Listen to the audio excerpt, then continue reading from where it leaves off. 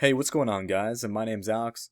And with today's episode, we will be taking a further look into how to pick good dividend growth stocks and what to look for and the whole process that I personally take. And we're just going to be going through step by step and probably get through this really quick. We will also be doing an update on my current portfolio from the past week, any purchases that I made, and we'll also be discussing the possibility of receiving a second round of stimulus checks. Okay, so the first step that I would take when considering a new dividend growth stock is do a little bit more research on them and their financials and their payout ratios, their dividend history, things like that. I use a website called Seeking Alpha, seekingalpha.com. It is a free to use platform. They do have a membership option that you can take, but I don't have it. I just have the free version. So here we can go ahead and search up a stock that I recently just purchased this past week, a Visa. So we all know who Visa is. Visa is a huge credit card company, not just credit card company, but they handle the technology used to make transactions.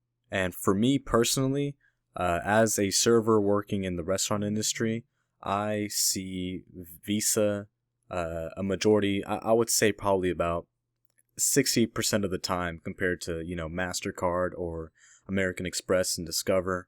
I just see a whole lot of people just using their cards with their chips and everything. And I believe around the world, there's plenty of growth here in Visa. So Visa is a great company, one that I'm invested in it and I'm bullish in. So if we go to the financials, here you want to mainly take note of two things. Well, there are a couple of others, but two main things you want to pay attention to.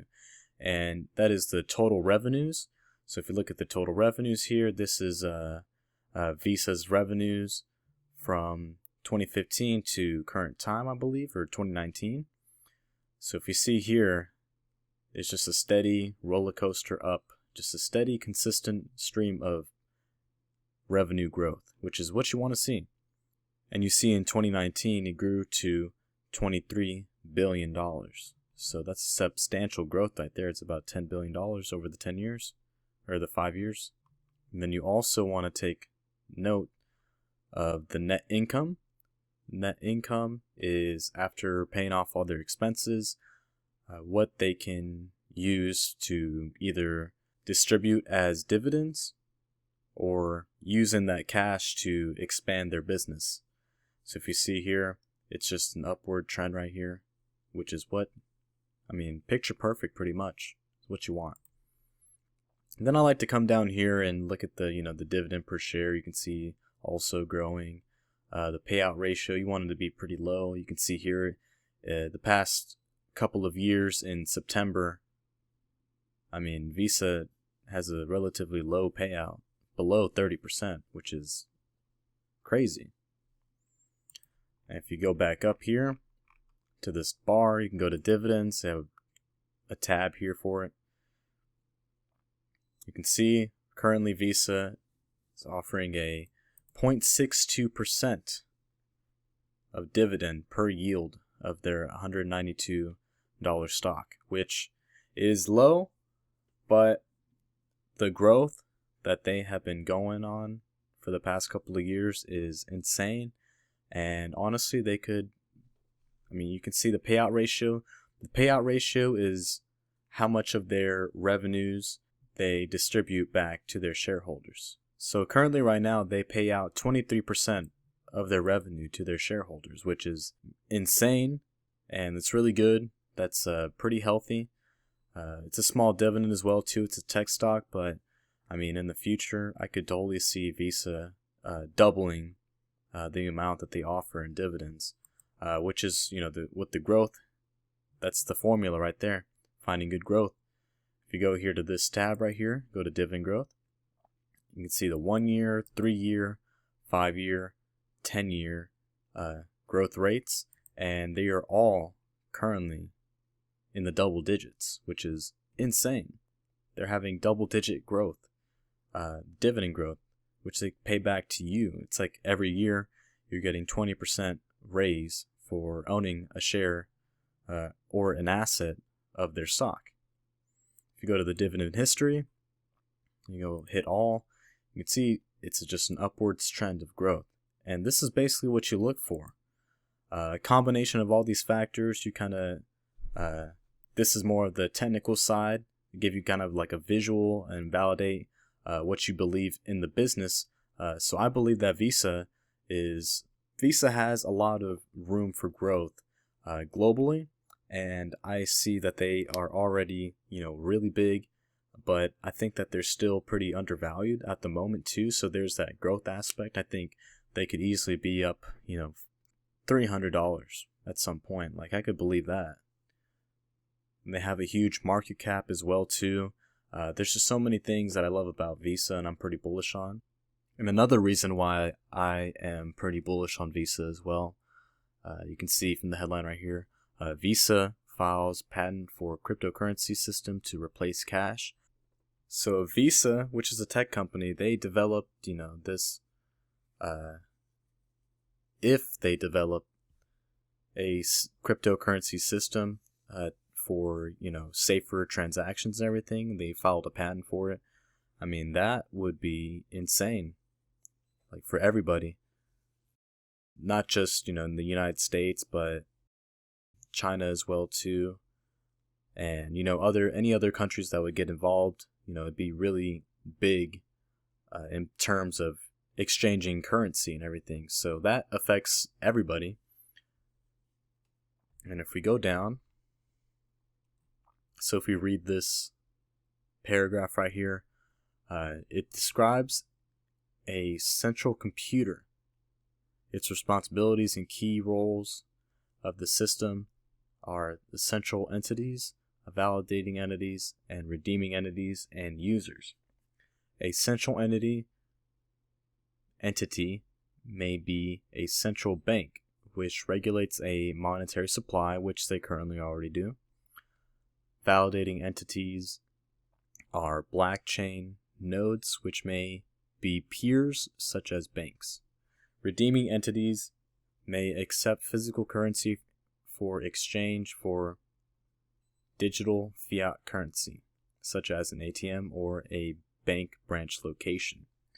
So you can take cash and deposit it into that bank in exchange for whatever that digital currency is, which essentially is already like using a credit card if you don't really hold cash. I personally don't hold cash ever, unless I, am working, because I work as a server. If I need to give somebody change, we need to have our own bank. And that's really the only time that I ever have cash. Everything is pretty much done electronically, because my philosophy is, if you're holding cash, there's a good chance of you losing it. Or not a good chance, but, if you do lose it, then you lose, 100% of that. Versus having a credit card, and if, somebody steals your information or your credit card, uses it online, the credit card company can get you back your money. And, they have different fraud securities and procedures that they can do for you. So that's what makes, blockchains really interesting. And it's definitely an interest globally. I don't think that's going to be changing anytime soon. The central entity computer generates the digital currency that is recorded on a blockchain and may determine that a particular digital currency unit should be added or removed from the blockchain. According to the filings abstract, the central entity computer causes removal of the physical currency from circulation in a fiat currency system. So these nodes will be developed in a way to where it can determine whether a transaction is taking place, and it'll physically move that that currency, I guess, into some form of wallet or account in some way, I think it'll be very possible in the future, because it is already being done, and it's only a matter of time before one of these big companies like Visa or Apple or Microsoft goes in and tries to develop their own. So I just thought that was very interesting. So that's how I search for my dividend growth companies. I would always recommend, doing your own research as well too. And disclaimer that I am not a financial advisor, and I recommend that you do your own research. I'm just laying down a foundation of the general process of what I do personally in my portfolio and the purpose for me owning each stock. So that is basically the summary of how I choose my dividend growth stocks, whether I want to evaluate a current stock that I have, whether or not I want to get rid of it, or whether or not I want to add one into my portfolio. So speak of my portfolio, let's go ahead and go back here, and we can see value is at 5,700. It seems like it's been floating around this number for a while now. But if you look here at the week, I'm up $14.43 in dividends, which I actually recorded in just one day, actually. So I think that's probably one of my biggest one-day gains in the history of this portfolio. It's been about a year, so it was nice seeing that. So you can see this $14. I did not have to clock in or, offer my time or, work for this income that I've received. I received this income because I own a share of a company. I own, part of a business. And if we go to the month, you can see I made $35.29. Probably double my highest monthly earnings. That tops my recent one, which was like $18. So, it almost doubled that. So that's pretty crazy to see. And you see, this is why compounding and, keeping invested into the market as much as you can, being disciplined, not wasting your money, what you can create for yourself. So if you want to form a stream of passive income through dividend growth investing, you can totally do that. And it is possible. It just takes discipline and just multiple means of trying to create more passive income to fuel the portfolio, which is what I'm doing. And I feel really invested in it. I like it. This is the type of thing that I wish that they would teach in high schools, or, I guess they do in college classes. I've definitely taken finance in college, mainly because I was a business major. But I think most importantly in high school, I wish that they would have promoted personal finance a little bit more, or tried to tell people about, handling your personal finance and the importance of it, and how it could, change your life. I mean, I think it'll change mine in a positive way. I know my risks, I know the rewards, the potential rewards, and I think it'll be worth it in the end. So if we go down, I do have one trade going on, and that's AbbVie. We'll go ahead and look into AbbVie in just a moment. But if we see here, the past week I deposited $100, and I bought Visa, which I just showed y'all. Visa looks like a hell of a buy. At any point, I just think that they have so much more room for growth. So if we take a look at AbbVie, AbbVie is a pharmaceutical company, I believe. They work with healthcare. They do a whole bunch of stuff regarding healthcare. They also just merged with Amgen, which is another pharmaceutical company as well too, I believe. And I just believe in the management from AbbVie. And if you look at their their financial records, we can go back here. So remember, there's the total revenues and the net income you want to pay attention to mainly. We see here it's just consistently going up. Little small growth right there, but it's going up. You want to see an upward trend in revenues. If it's going downwards, then I would investigate why that is happening. But the total revenues, you can see many healthcare stocks are really good investments. It's definitely where, an industry that's never going to be going anywhere anytime soon or ever. If you go down to net income, you can see not as consistent, but of course they are probably expanding their business, or they have other expenses to pay for. And then we can look at the payout ratio as well too. A little high, but they have plenty of room for growth if we go ahead and go back to the dividends tab. If you look here, the dividend, they offer a 4.82% on yield for their dividend, which is pretty good. It's a little high, but it's not bad. If you look at their annual payout ratio, that's how much you get per share per year. If you look at the payout ratio, 45%. So generally, once it's around like 60%, 60% is where you start thinking that they are paying a little bit too much, or there's not a lot of growth for the shareholder. But at 45%, that's pretty good. They have, another 15% where you can start before you start, even questioning it, but they have a lot of room for growth right here.